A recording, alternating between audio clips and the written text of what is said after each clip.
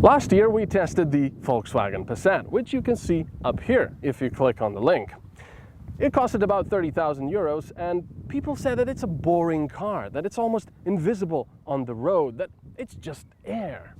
So Volkswagen started to sweat a little bit and actually sent us 2 Passats this time. Now they don't cost 60,000 together, they cost 100,000. Still think they're boring?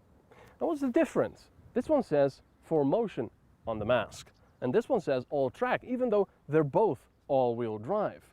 They also have the same engine under the bonnet, although you might have noticed that the mask is a little different on this one than on this one. Perhaps the difference is on ride height. Let's check it out.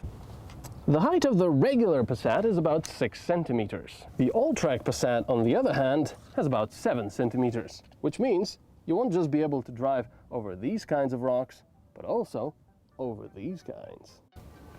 But who cares? Let's see how these things drive. See if they're really that boring as people are saying. Oh man, so boring! A digital instrument cluster instead of analog ones.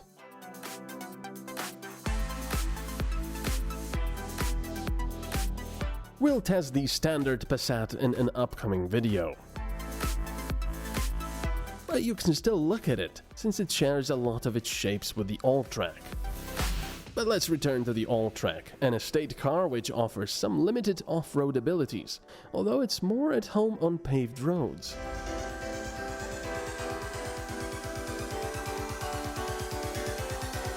Volkswagen is sticking to its modern boxy shapes, but we really can't fault them for that, as the car looks great, clean and aggressive.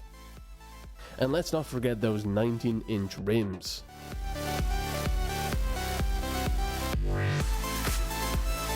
Check out the optional LED rear lights. The interior is decidedly German, quality and comfort. I mentioned the boring digital instrument cluster before, which allows you to view a myriad of information, including navigation.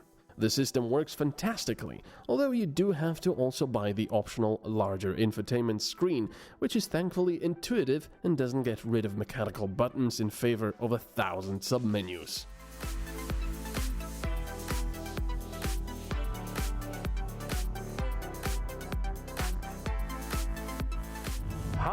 How is this car boring in any way?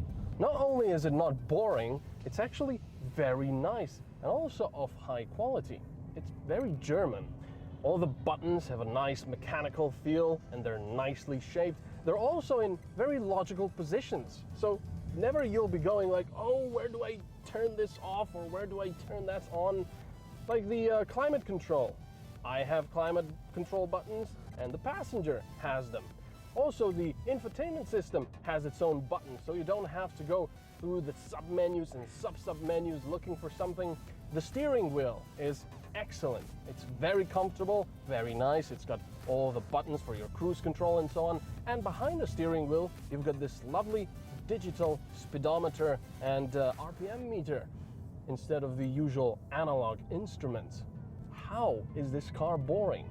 Well, there's also one more thing that makes this car really not boring, and it's called launch control. So all we do is stop, turn off the traction control, and put the car into sport mode. And then you put your left foot on the brake, press the gas, and lift off. And it'll shoot the car from 0 to 100 kilometers per hour in about 6 seconds. Boring? Yes, the 2-liter diesel engine has a boring 240 horsepower and a numbing 500 Newton meters of torque. But okay, Alltrack is a car designed to take on off-roading as well. We didn't really want to push it over mud, so we took it mainly on bumpy gravel roads. With its 4-wheel drive, Haldex clutch, a powerful engine and DSG transmission, it's capable of much more. We tried the combination in a Volkswagen Tiguan on a proper off-road track in another test, and it worked great.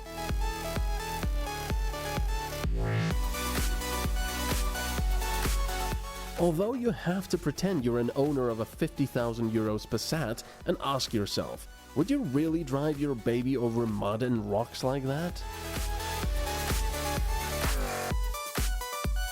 You can buy the base Alltrack model for 33,000 euros, while the top of the line one with 240 horses and plenty of extras will set you back about 63,000 euros.